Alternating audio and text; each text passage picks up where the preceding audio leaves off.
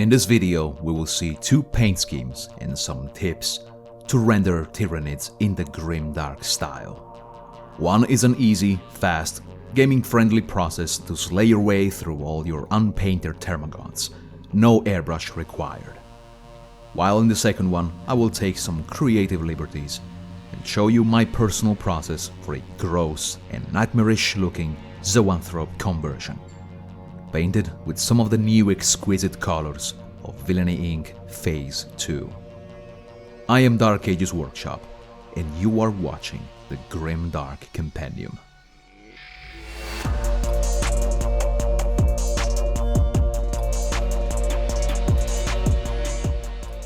Just before we start, I wanted to mention that our Forest Freaks modeling and painting competition is now over. And we've got so many incredible entries that it's simply unreal. You people really put the judges in a tough situation. If you want to see some of the entries and know more about the judging process, please stay until the end of the video. But now let's get immediately to the first scheme of today's tutorial. I'll be speed painting this Termagant in about 25 minutes, so this process will be great for army painting, keeping colors somewhat muted, but still maintaining suitably visceral patterns for skin and carapace. This is the only moment you will see me use the airbrush for this miniature, and it's just for priming. Feel free to use a rattle can to cover multiple models fast and efficiently, or just use a brush. Once it's completely dry, we will start our base coating stage, and the easiest way to do this is breaking down everything to the absolute essentials using a wet on wet method. This implies that all of our base colors will need to be mixed with water or used on a wet palette, so we just put the colors on there and sketch them as we go, blending wet colors into each other. I use this makeup brush straight out of a horror movie and start stippling my starting colors on carapace and skin. I find that the right consistency for paint is when it starts to get transparent and just slightly runny, but not watery like a wash. This will ensure that we have a degree of freedom in working time. I simply do not care about mistakes. As long as the colors stay wet, everything will simply blend naturally and create immediate and organic variations. This large and beaten up brush from hell also ensures quite a lot of interesting texture. Brush marks can help replicate the inconsistencies of alien flesh and organic surfaces, but this is just a setup for what's to come. If you wish a drastic change of color, just use a blow dryer and lock your progress in, so your previous layer is not reactable anymore. And just keep working from general to specific, from rough to small detail. Feel free to change your brush for smaller features and take advantage of the last moments while the paint is still wet to implement even more variation to your liking. To me, this is hands down the most enjoyable and stress-free way to paint base coats. So now we've got all of our base colors nice and dry, and I speed up the process with a quick pass of a blow dryer. This right here is the process where the magic happens. I'm going to use a couple of enamel paints, the first one being Goon's Grime from the Villainy Ink range, the Grimdark Compendium's own brand of enamel washes and effects. I take this onto a palette and mix in a brushful of white spirits just to thin this down and decrease some of its covering power. For this particular application, I want it to be fairly mild and not as overpowering. I'm washing the miniature as a typical wash application, making sure to maneuver the enamel with the brush into crevices and over surfaces.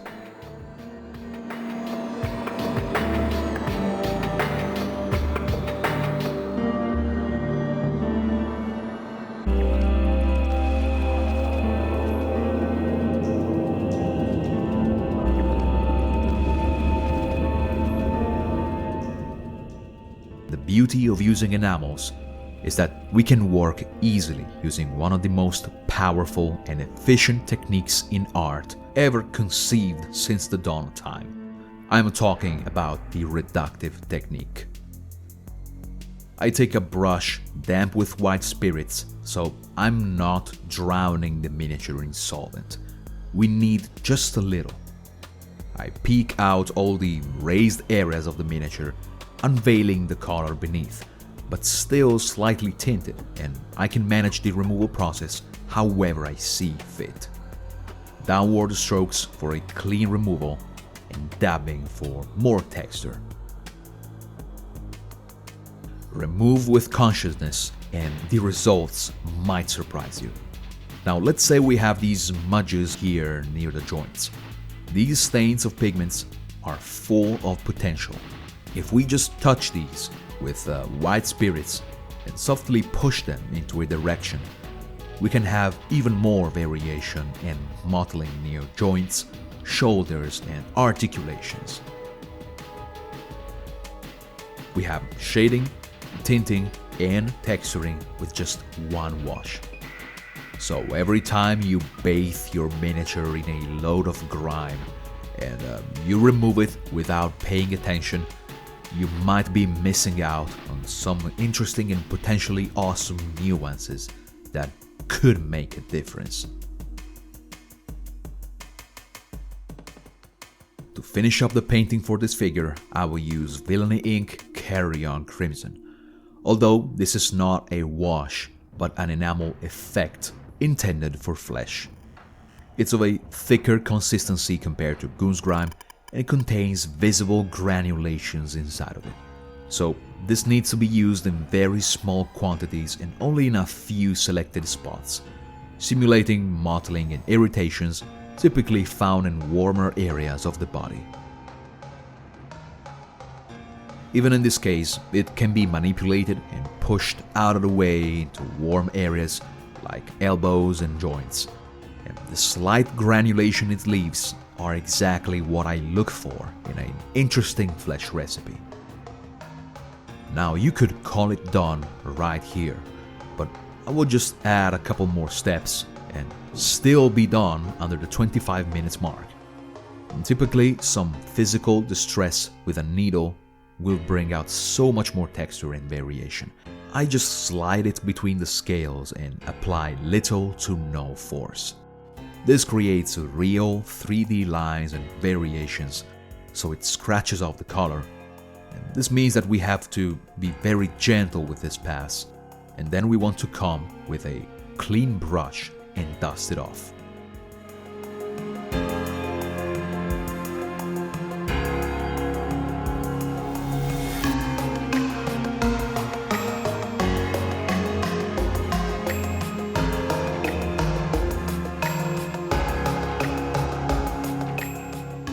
Final step, varnishes. A stippling of satin varnish will make skin and carapace stand out even more and, at the same time, makes our miniatures more resistant for our gaming needs. I find this step extremely fun and really brings another layer of dimension. Just needs to be controlled and not too exaggerated. And finally, pure gloss in the eyes, near mouth, gums, and slight fine lines on the carapace to simulate real highlights, enhancing a gross, visceral, and otherworldly sensation. This is what I value out of the Grimdark style. The nuance, the texture, evoking a certain degree of discomfort, especially when looking up close. I use a macro lens to shoot my videos and photos, so the effects are magnified. But even from a tabletop distance, I have a ton of fun looking at these and playing immersive gaming experiences. When it comes to a horror and grimdark aesthetic, this is how I think alien organic matter should look like. A look that perhaps departures from the traditional miniature painting and ends up looking more like a scenic prop from a horror movie with practical effects, but miniaturized. This was a speed painting approach, clocking at less than 30 minutes, keeping it quite standard in shape, in form, and paint job. But it's certainly possible to go beyond this, push this aesthetic towards something else. I discussed this in our premium Tyranids course that you can find on the Grimdark Compendium, where we explore more possible shapes, origins, and designs for the Great Devourer. Conceptualizing, modeling, kit bashing, painting with glue, and other obscure techniques using oils and solvents. I highly recommend checking it out. It's available for streaming if you are a member, or you can own it forever, download it, and watch it anywhere, anytime. Now, everybody that has recently experienced the latest Space Marine game knows that Zoanthropes can be absolutely vile and obnoxious. What if we made them even worse and looking disgusting and unsettling? It's exactly what I'm going to do in this next section of the video. For starters, I think that the scales of Tyranid carapace could use some more natural and organic texture. I typically use two different plastic glues, Tamiya Extra Thin and Mr. Hobby Plastic Cement S. These two plastic glues have different degrees of strength and will melt plastic quite differently. I use Tamiya Extra Thin to start melting away the superficial layer of plastic and start dabbing with a little brush applicator to impress the first pass of texturing.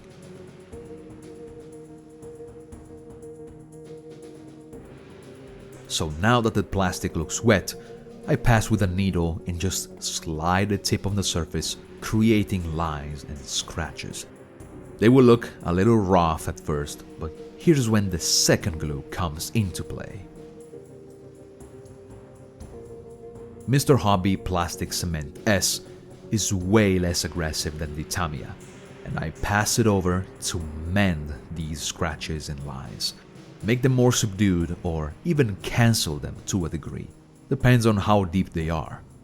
And I repeat this process about 2 to 3 times and make sure to do this to every piece of carapace on the models.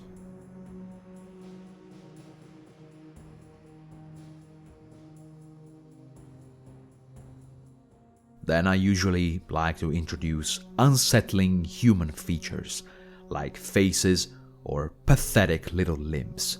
It's not really lore accurate, as it doesn't make much sense for a Tyranid to morph into the shape of an inferior race such as humans.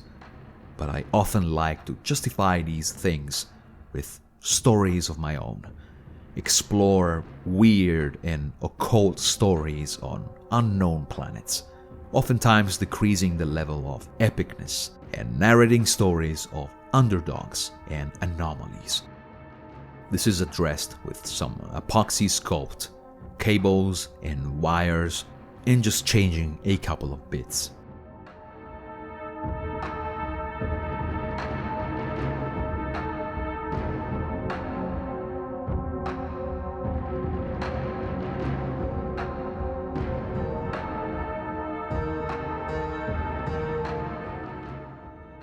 I prime the figure and start painting the base colors, and bring out all that texture on the carapace. This first stage is all acrylics, very watered down just to sketch the starting hues. A thin coat of superglue will create a nice gloss surface, but even pure gloss varnish could do the job. I will just use this to my advantage to give even more mottling to the miniature, as paint slides in a certain way when applied on top of a gloss surface. This is how I obtain these capillary effects using isopropyl alcohol. This is unintentionally starting to look like my real-life worst nightmare. Blue cheese. Absolutely disgusting.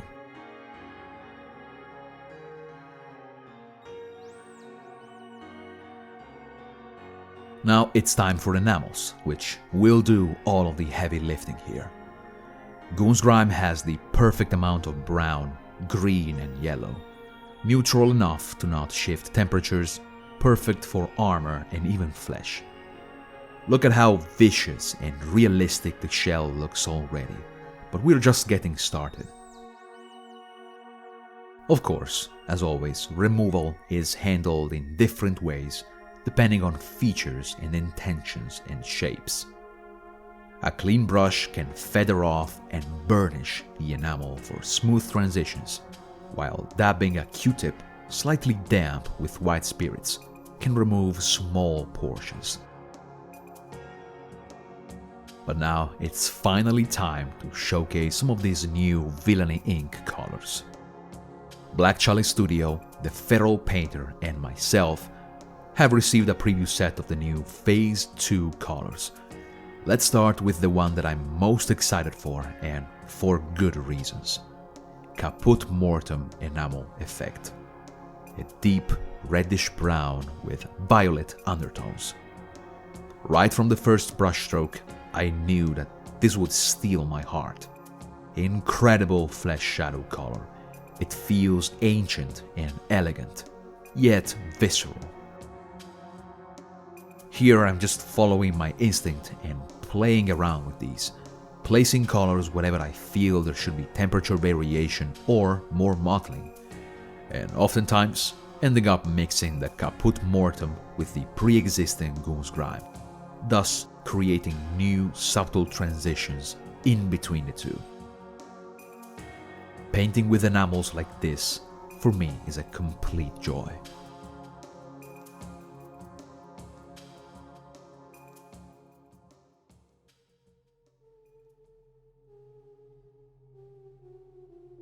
Let's get to another exciting color, Umbral Nightshade Enamel Effect. A deep, dark indigo that pairs perfectly with Caput Mortem. Goes without saying that they mix into each other like a dream, and it's best suited for flesh applications.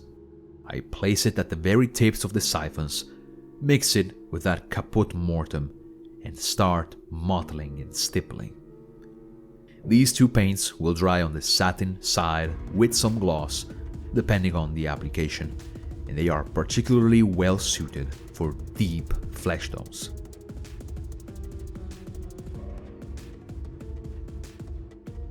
The next paint showcase is going to be Huntsman Green Enamel Wash, a sickly light green with ochre undertones. On the sides of the head and cortex, this has the look of a musty and rotted out substance, dried up deposits of putrid phlegm and cerebral amniotic fluid.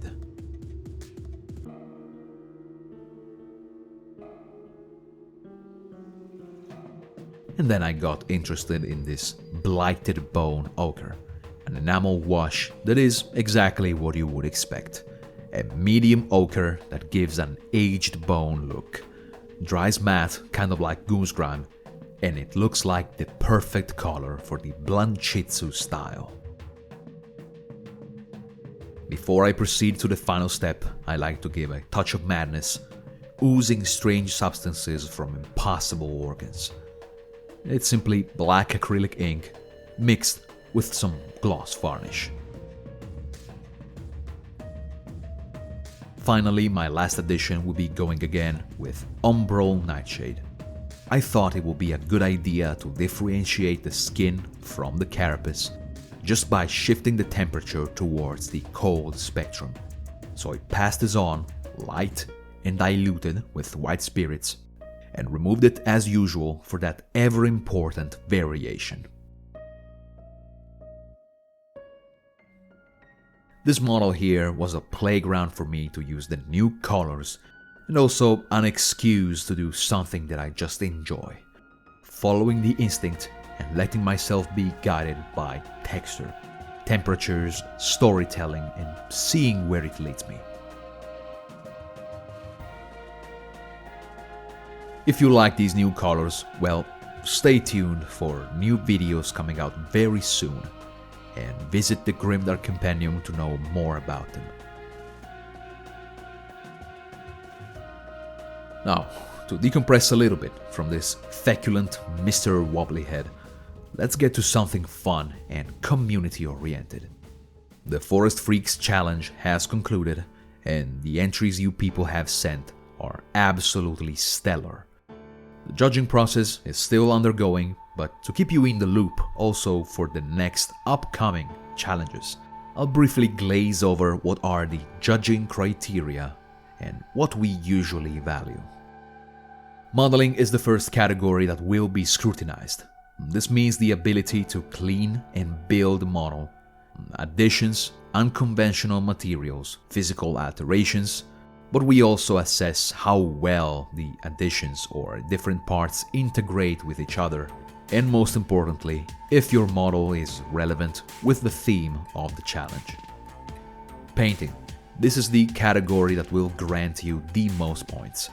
The scrutiny will be focused on the quality and execution of the paint job and the use of Grimdark painting techniques. Be brave with your vision, embrace that twisted sense of creativity that lies dormant. Surface finish variations, texture, battle damage, chipping, rust, grime, decay effects, and so on. Basing is another equally important element to kit bashing and modeling, so heads up for that. The base not only represents the world around the miniature, but it's also often indicative of the weathering effects. Finally, our last criteria is photography. We understand that sometimes this can be the hardest part. Make sure to give us the most high quality, well-lit photographs that you can. Pay attention to what is in focus, lights and shadows. Keep an eye out for possibly a good composition. Black or white background would be perfect. We'll announce the winners on our social media, so watch out for that and follow the Grimdark Compendium for the final reveal. I hope you enjoyed this video, my ramblings and experiments, that you leave this tutorial with some newfound inspiration and possibly a couple of new techniques in your arsenal. If you need more, we have a vast library of videos here on YouTube, and more involved, in-depth guides on our website with a premium membership. We just released the second episode of Arcadian Shock Troopers by the Feral Painter, so make sure to check that out. I wish you a great weekend, and I'll see you next time.